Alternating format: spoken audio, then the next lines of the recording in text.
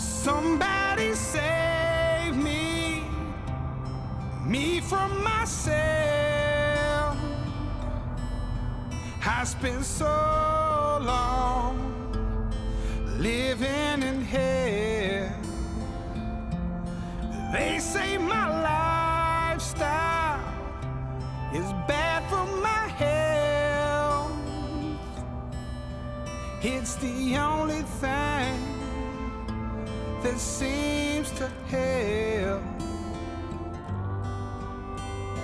All of this drinking and smoking is hopeless, but feel like it's all that I need. Something inside of me's broken. I hold on to anything that says